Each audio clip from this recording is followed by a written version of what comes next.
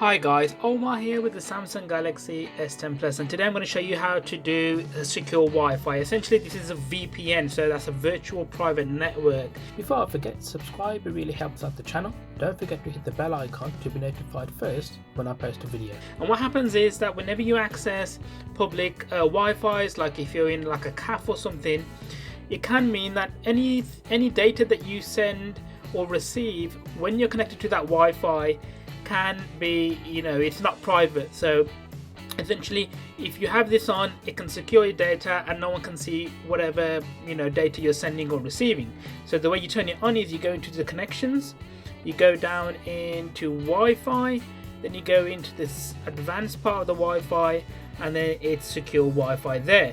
The drawback here is that you only get 250 meg. You have to purchase a plan. So for example, if I was to do this at home, you wouldn't obviously typically do this at home, but I'm just going to show you how it works. So if I select connect, I'm connected to the home Wi-Fi, and obviously it says it's protected there. Next step that you can do is you can go through the protection plan, and you can see that this is, I'm in the UK, so obviously this is in pounds. Depending on where you are, there may be different currency. So it says here 24-hour unlimited 89, 1 month unlimited 179. So it's reasonable. And what happens is that when you purchase the plan, it allows you to transmit data from whatever Wi-Fi you're connected to, and it's secure. It's like a virtual private network. It is what it's called.